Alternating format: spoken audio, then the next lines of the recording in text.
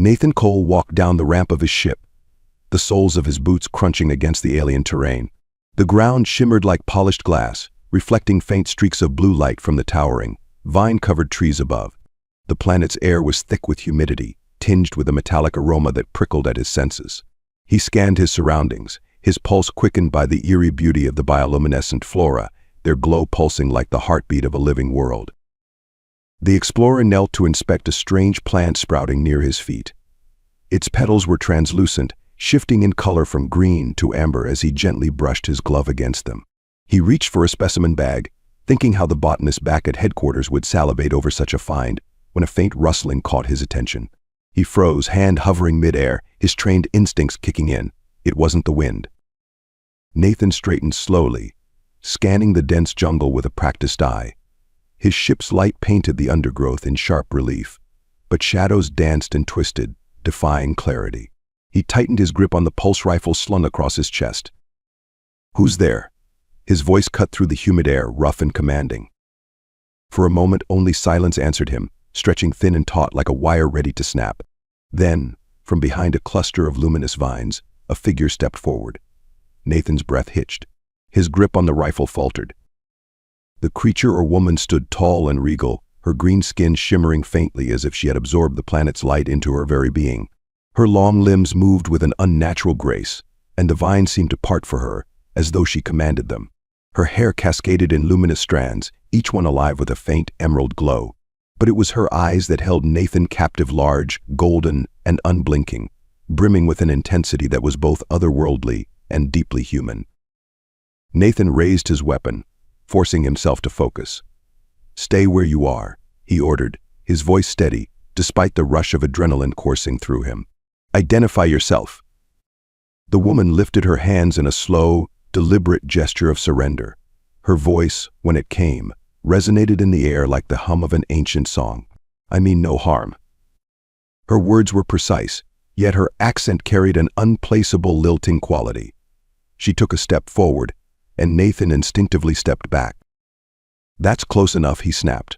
"Who are you, and how do you know my language?"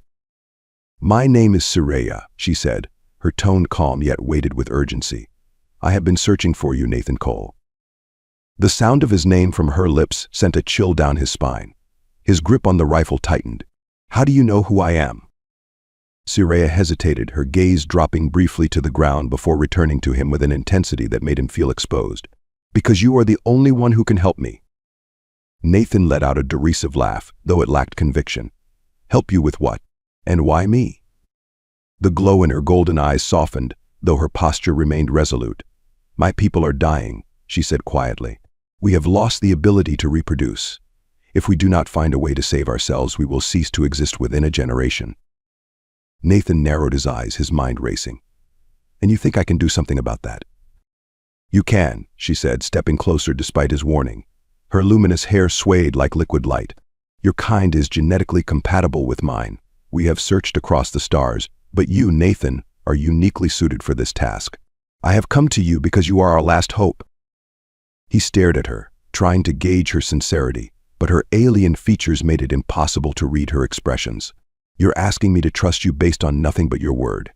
Why should I believe anything you're saying?" "Because I would not risk my life if it were not true," she replied, her voice unwavering. "I have traveled far from my home planet, breaking my people's sacred laws to seek you out. If I return without your help, my kind will face extinction." Her words hung heavy in the air, yet Nathan's skepticism bristled.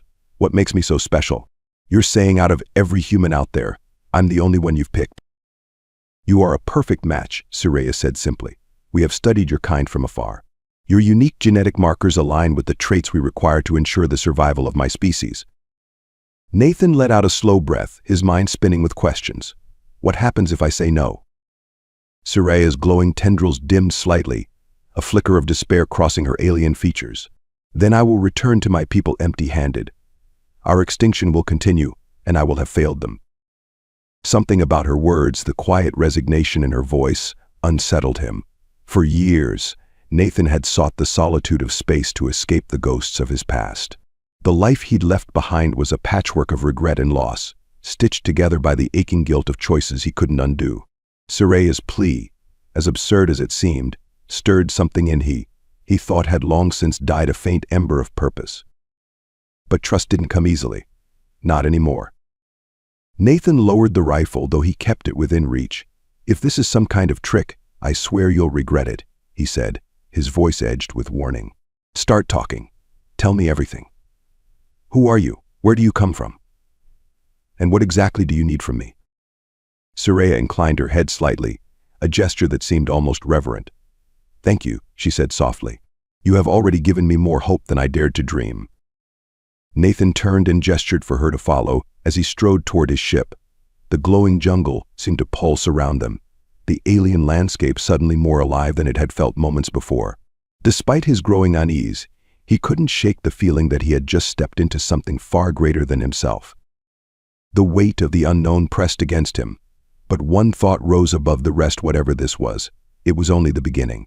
Nathan Cole watched Soraya as she stood in the cargo bay of his ship, the ambient light from the control panels casting faint blue reflections against her green skin. She ran her long, elegant fingers along a metal beam, her movements deliberate, as though memorizing the texture. Despite her alien appearance, there was a strange familiarity to her, something almost hauntingly human in her silence.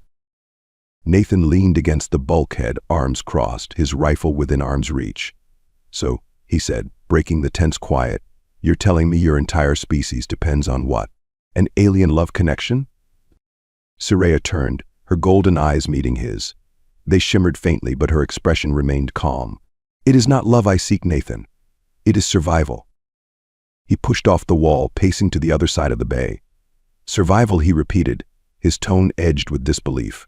"That's a hell of a thing to ask from a stranger." "Not a stranger," she corrected softly. "You are the one we chose." "Yeah, you mentioned that," he said, his voice rising. "But why me? Why not someone else? You can't tell me I'm the only one who fits your magic criteria."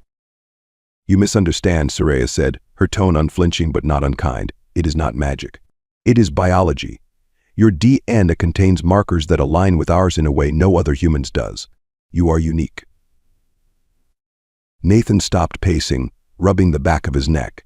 He'd spent the better part of a decade trying to disappear, and now an alien woman had traveled across the galaxy to find him. The absurdity of it all gnawed at him. "Unique," he muttered. "That's one way to put it."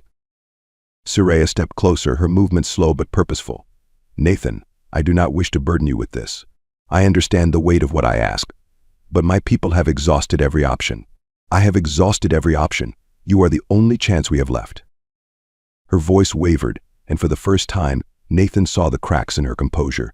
She wasn't just a desperate emissary, she was a person fighting against the crushing tide of extinction. The realization hit him harder than he expected. He exhaled sharply, turning to face her. "Look," he said, his tone softer, "I get that you're in a bad spot, but I don't know anything about you or your people. For all I know, you're lying to me." Soraya's gaze dropped for a moment, her glowing hair dimming slightly. "I understand your distrust," she said. "If I were in your position, I would feel the same." "Then start talking," Nathan said, folding his arms again. "You want my help. You've got to earn it. Tell me about your people, your world, why this," he gestured vaguely at her, "is even happening in the first place." Soraya nodded, her posture straightening as though preparing for a trial. "My people, the Zalirians, are from a planet called Valora," she began. "It is a place of lush jungles, crystalline lakes, and skies that shimmer like the auroras you call northern lights. Our civilization is ancient, built on harmony with the natural world. We believe in balance, in the interconnectedness of all things." "Sounds idyllic," Nathan said, his skepticism apparent. "It was," she said, her voice tinged with sorrow. "Until the cataclysm." Nathan raised an eyebrow. "Cataclysm?" "A solar event," Soraya explained. "Our planet's star destabilized briefly, emitting waves of radiation that ravaged our biosphere. The plants and animals adapted, we did not. The radiation altered our genetic structure in ways we did not anticipate. Over generations, our ability to reproduce diminished until it became all but impossible." She paused, her gaze distant, as if replaying a memory. "We tried everything: genetic engineering, cloning, even merging our DNA with compatible species. Nothing worked. Until we studied your kind." Nathan frowned. "And that's when you decided humans were your best bet?" We did not decide lightly, Soraya said, her voice firm. The decision was born of necessity, not desire. Our council opposed reaching out to your species, fearing it would disrupt the balance we hold sacred. But I could not stand by and watch my people vanish. Nathan studied her, trying to reconcile the calm determination in her voice with the fragility of her words. She wasn't asking for his trust, she was asking for his faith. He leaned back against the wall, his arms still crossed. So you broke your people's rules to come here, he said. What happens if you fail? Do they take you back with open arms, or are you out for good? Soraya hesitated, and for the first time she looked away. If I return without success, I will be exiled. My name will be forgotten, my existence erased from our history. Nathan blinked. That's harsh, he said, unable to hide his surprise. It is our way, she said simply. For a moment, silence stretched between them, thick with unspoken truths. Nathan rubbed his temples, his mind grappling with the weight of her story. He wasn't sure what unnerved him more, the magnitude of what she was asking or the fact that some part of him wanted to believe her. Finally, he sighed.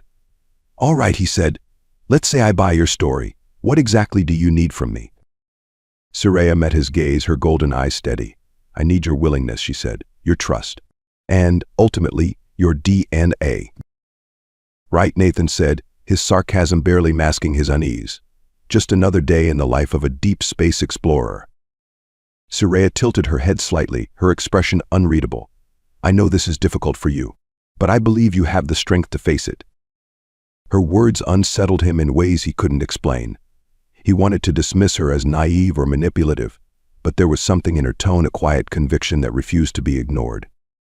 Fine, he said finally, his voice heavy. I'll hear you out. But don't mistake this for trust. I've been burned too many times to give that away for free. Understood, Soraya said, inclining her head in acknowledgement. Thank you, Nathan, for listening. He waved her off, heading toward the cockpit. Don't thank me yet, he muttered. We're a long way from solving anything. As he climbed the ladder, Soraya's voice followed him, soft but resolute. Perhaps, she said, but every journey begins with a single step. Nathan didn't respond. But as he settled into the pilot's chair, staring out at the glowing jungle beyond, he couldn't shake the feeling that he'd just taken a step onto a path he couldn't turn back from. The stars stretched infinitely outside the viewport, their cold light spilling across the cabin's metal walls. Nathan sat at the ship's control console, his eyes locked on the vast expanse ahead but his mind elsewhere. The quiet hum of the ship's systems filled the silence, steady and constant like a heartbeat. Across the room, Soraya stood near the window, her glowing green skin softly illuminated by the starlight. She looked out with an expression Nathan couldn't quite place, hope perhaps, tinged with the weight of her impossible mission. Why me? Nathan asked abruptly, his voice cutting through the ambient hum. He didn't turn to look at her. I've been trying to figure it out since you showed up. Out of all the people in the galaxy, why is it me standing here? Soraya turned, her golden eyes meeting his. I told you already. Your DNA. Yeah, genetic markers, Nathan interrupted, his frustration evident. But there's got to be more to it than that. You crossed galaxies, defied your people's laws, risked your life. For someone you didn't know. I knew enough, Soraya said, her voice calm but resolute. She stepped closer, her luminous tendrils swaying faintly. I knew your name, your history, your pain. Nathan tensed. What do you know about my pain? She stopped, her gaze steady but not unkind. I know you carry loss, Nathan. A loss so profound it drove you away from your own kind.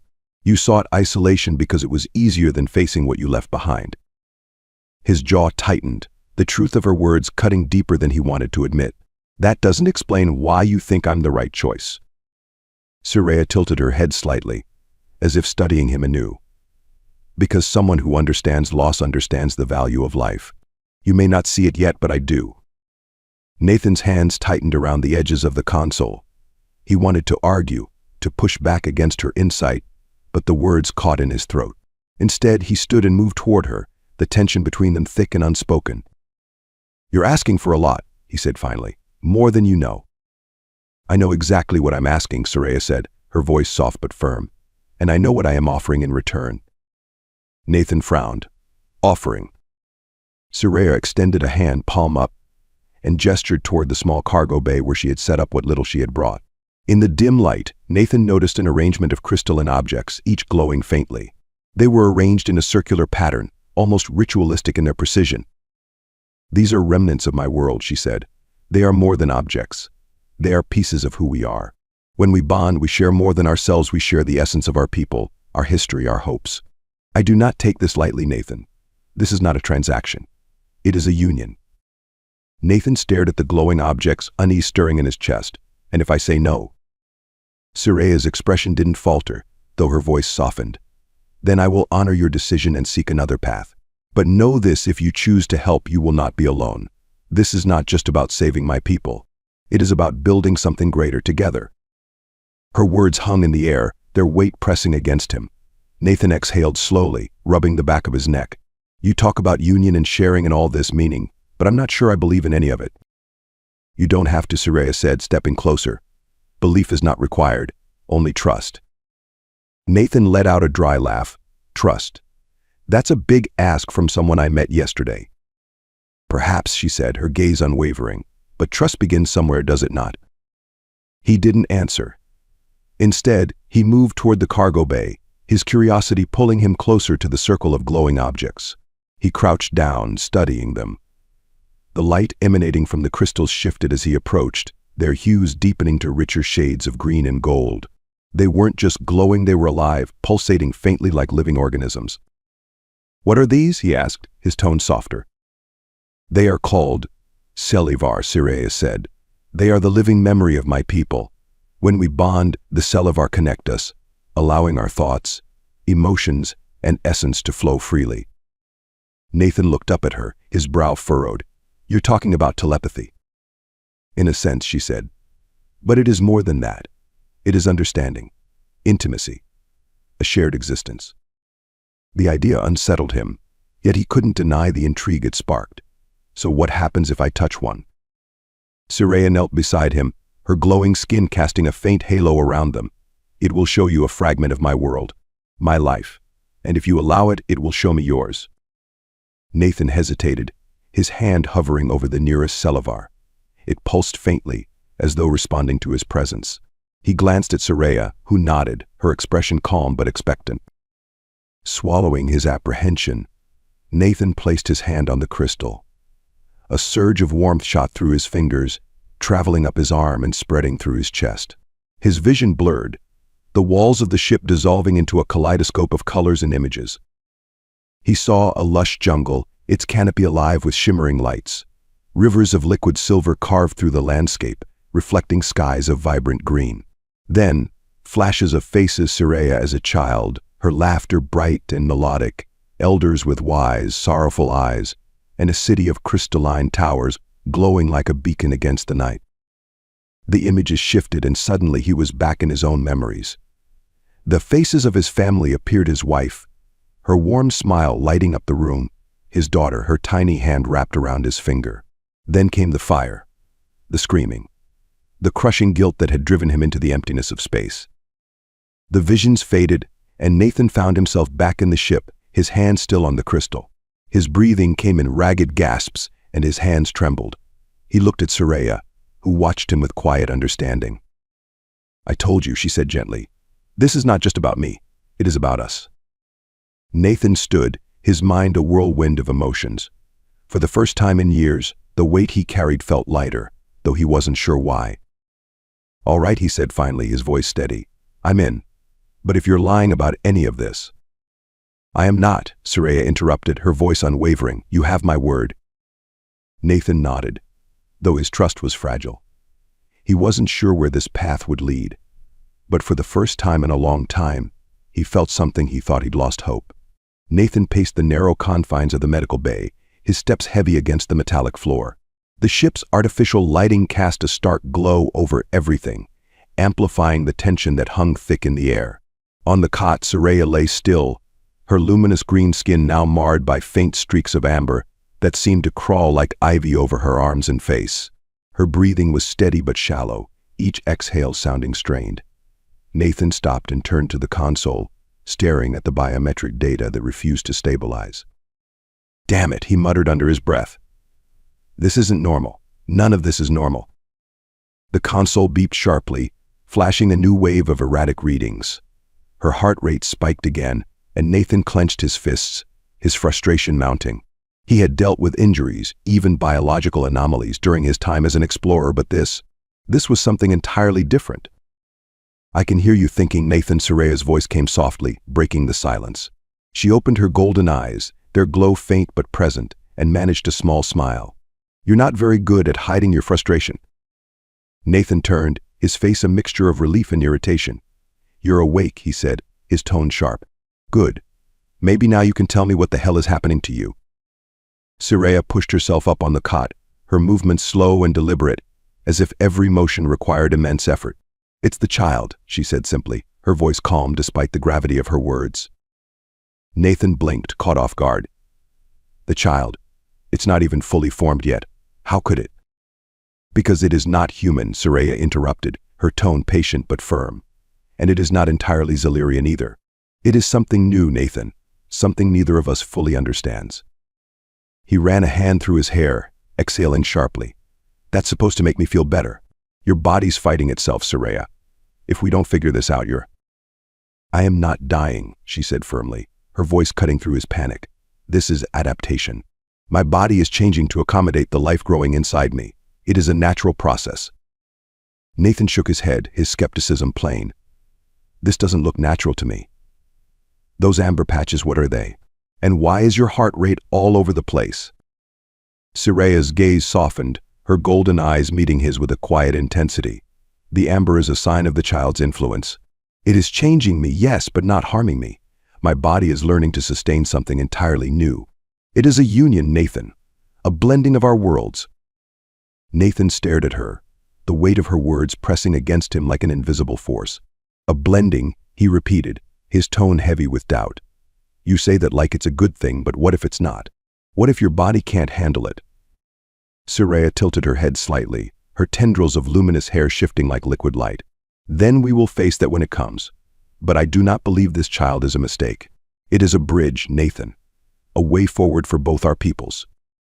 He let out a bitter laugh, shaking his head. "You're a hell of an optimist, you know that." "It is not optimism," she said softly. "It is faith." Before Nathan could respond, the ship shuddered violently, a deep rumble reverberating through the hull. The lights flickered, and the familiar hum of the engines faltered for a brief moment before stabilizing. Nathan's instincts kicked in, and he rushed to the console, bringing up the ship's external sensors. "What now?"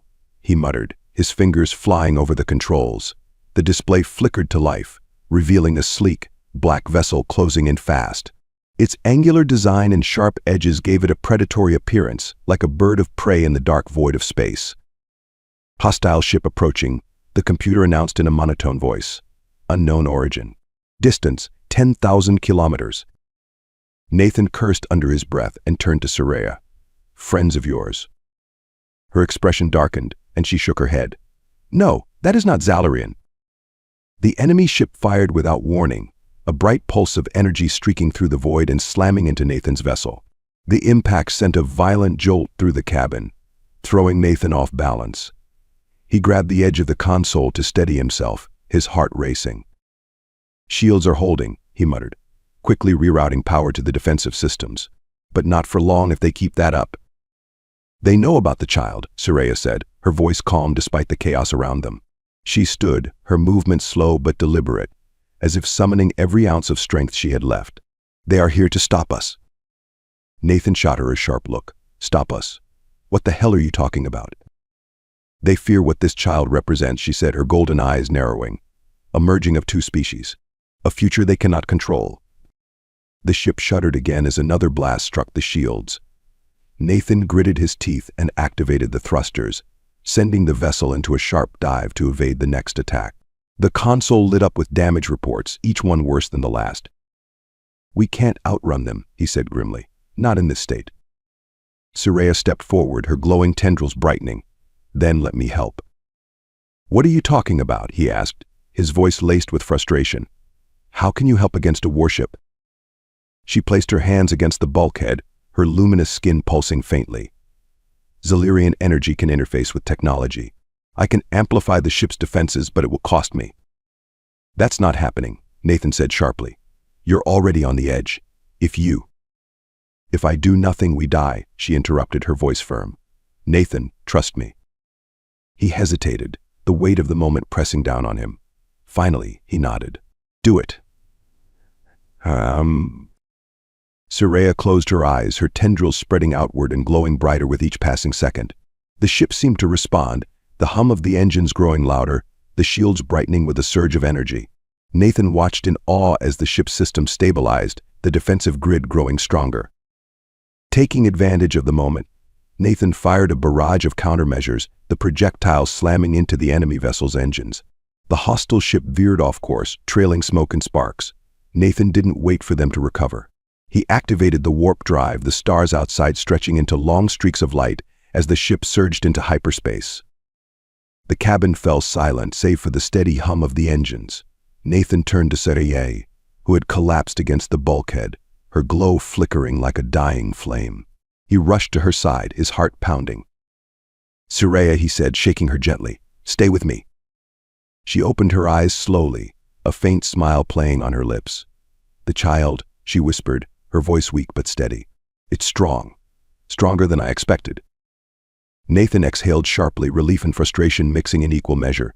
You're not invincible, Soraya. You can't keep pushing yourself like this. She reached out, her glowing fingers brushing against his arm.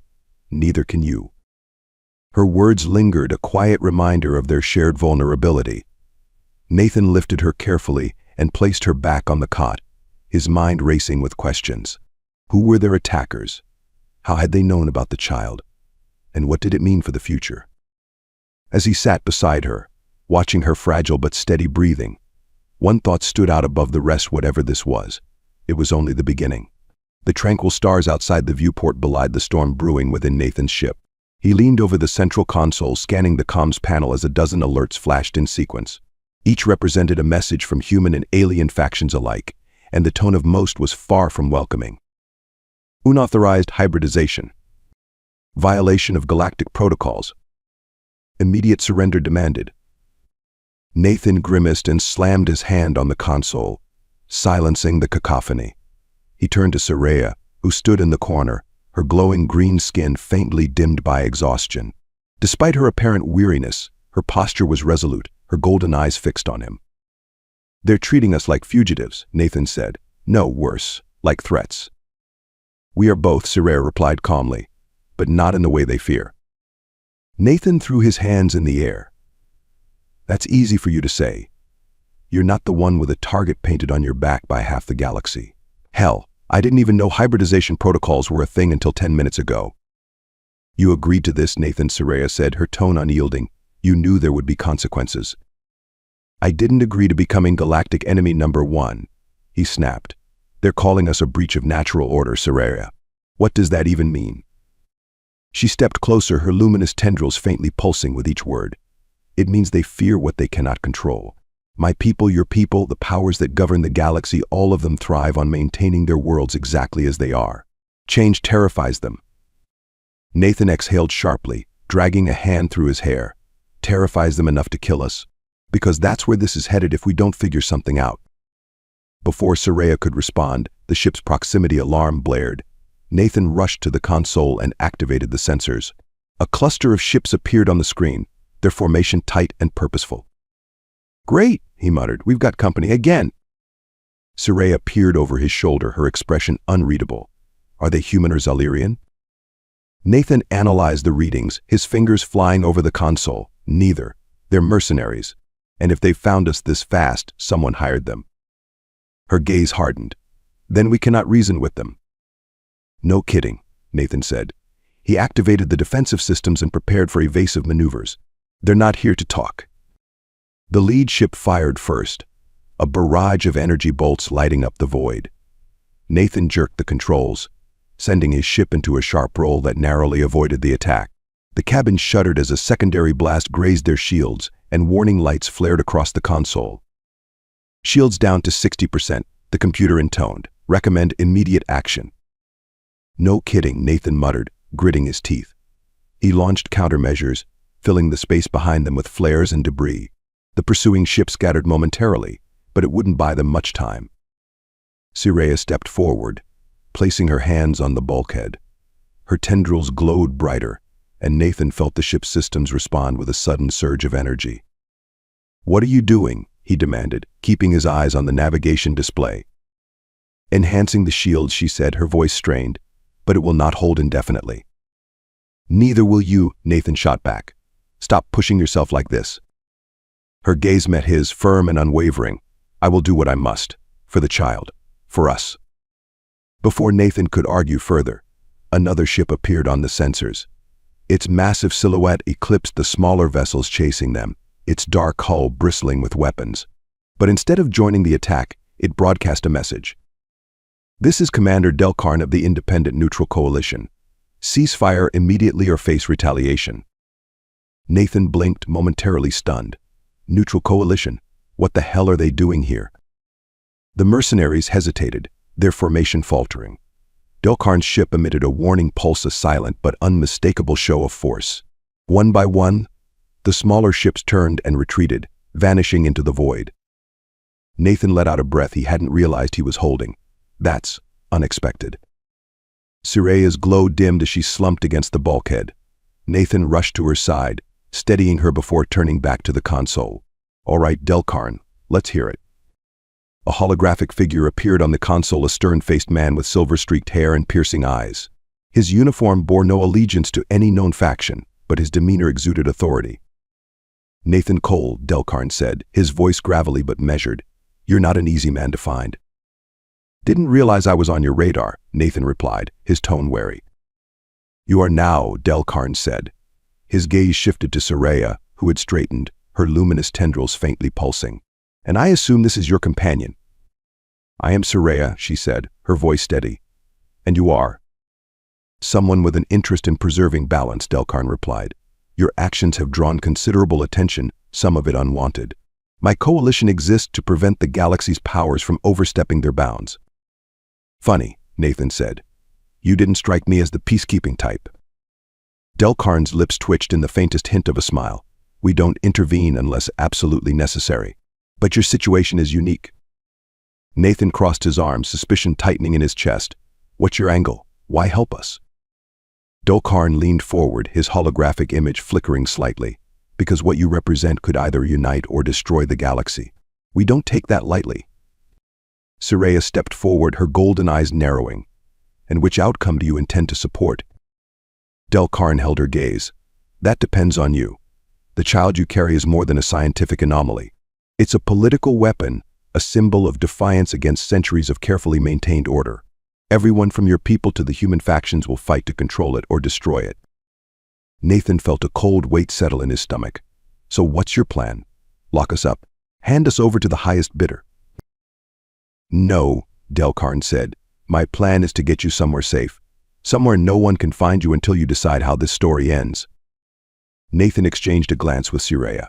She nodded faintly, her expression thoughtful. "And what do you gain from this, Commander?" "Stability," Delcarn replied. "Chaos benefits no one, least of all your child." Nathan hesitated, weighing their options. Trusting Delcarn meant risking everything. But the alternative, constant pursuit, endless danger, wasn't sustainable. Finally, he exhaled and nodded. "All right," he said, "we'll hear you out, but if this turns into a trap—" "It won't," Delcarn said firmly. "Transmit your coordinates. We'll guide you to the safe zone." Nathan hesitated for a moment longer, then entered the data. Delcarn's hologram disappeared, leaving the cabin in silence. "You trust him?" Cyraya asked quietly. "Not even a little," Nathan admitted. "But right now we don't have a lot of options." Cyraya placed a hand on his arm, her touch warm despite the tension. "Whatever happens, we face it together." He nodded, though uncertainty gnawed at him. As the ship veered toward its new destination, the weight of their choices loomed large. The galaxy was watching, and their every move carried the potential to reshape it forever. The safe zone wasn't what Nathan had expected.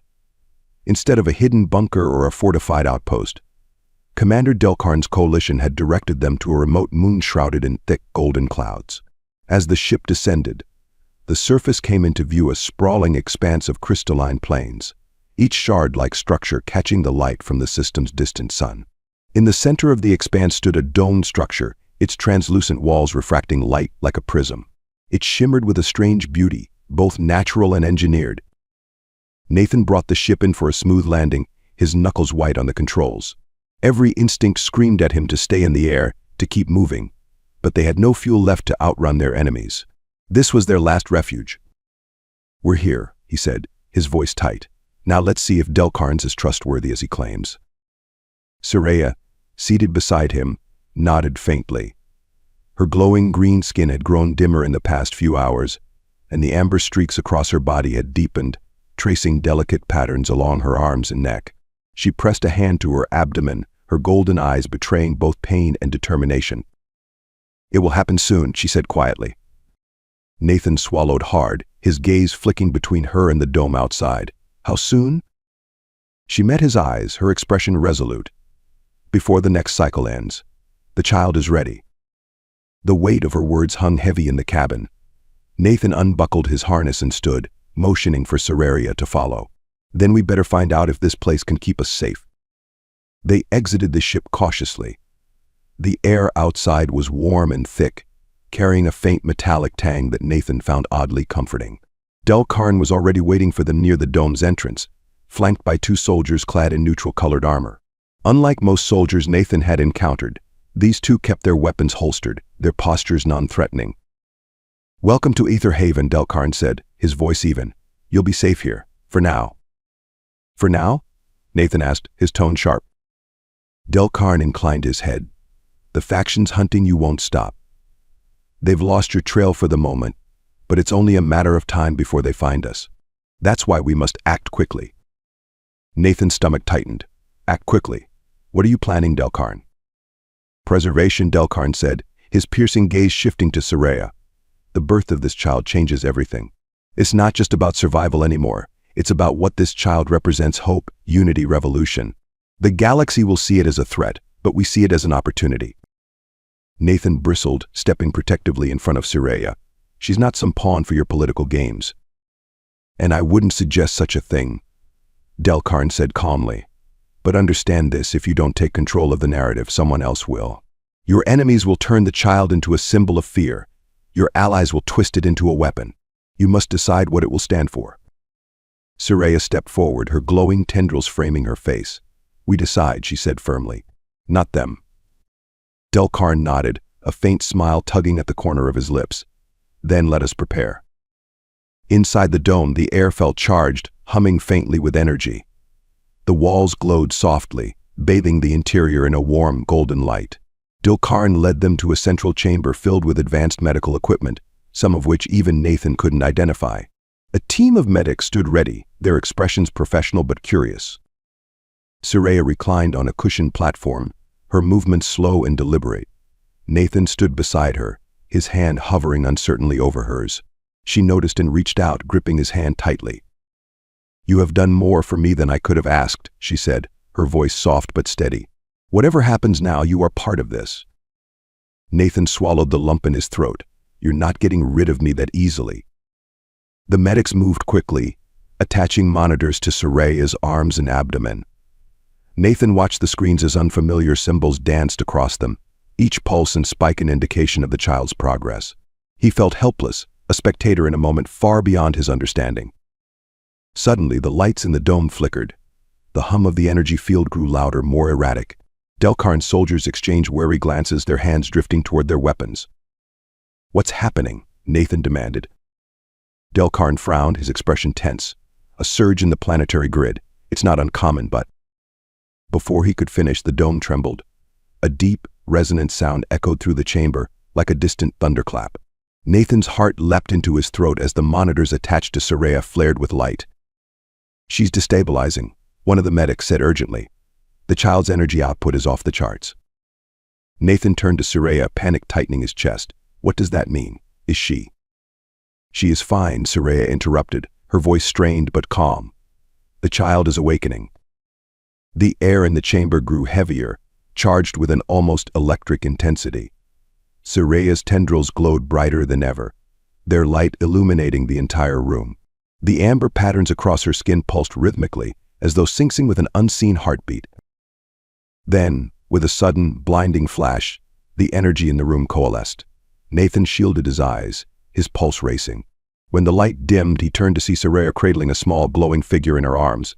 The child's skin shimmered with hues of green and gold, its features a perfect blend of human and Xelerian traits. Its eyes opened, revealing irises of radiant silver. A hush fell over the room. Even the soldiers, hardened and disciplined, seemed awestruck. Delcarn stepped forward, his voice low but reverent. "It is extraordinary." Nathan moved closer, his breath catching as he looked at the child. It was impossibly small, impossibly perfect, and yet it carried a weight he couldn't quite comprehend. Soraya looked up at him, her golden eyes filled with exhaustion but also something else, peace. "This is our future, Nathan." Before he could respond, the dome shuddered again. This time the tremor was accompanied by the sharp sound of alarms. "Incoming ships," one of the soldiers reported, his voice tight. "Multiple signatures. They've found us." Delcarn's expression hardened. "We don't have much time. Prepare for evacuation." Nathan's heart pounded as he turned to Soraya. "Can you move?" She nodded, though her movements were slow and deliberate. "I will not leave without the child." "You won't have to," Nathan said, his voice firm. He turned to Delcarn. "What's the plan?" Delcarn's eyes gleamed with determination. "We hold them off long enough for you to escape. This child cannot fall into their hands." Nathan opened his mouth to argue, but Delcarn raised a hand. "You know I'm right, Cole. Protect her. Protect the child." The words carried a finality that sent a chill through Nathan's chest. He nodded, his jaw tight. "We'll make it." As the alarms grew louder, Nathan helped Soraya to her feet, cradling the child gently in his arms. Together they made their way toward the ship, the future of two worlds resting in their hands. Behind them, the soldiers and medics prepared for the inevitable confrontation. The galaxy would come for them. That much was certain. But as Nathan looked down at the child's luminous silver eyes, he felt a spark of something he hadn't felt in years: hope.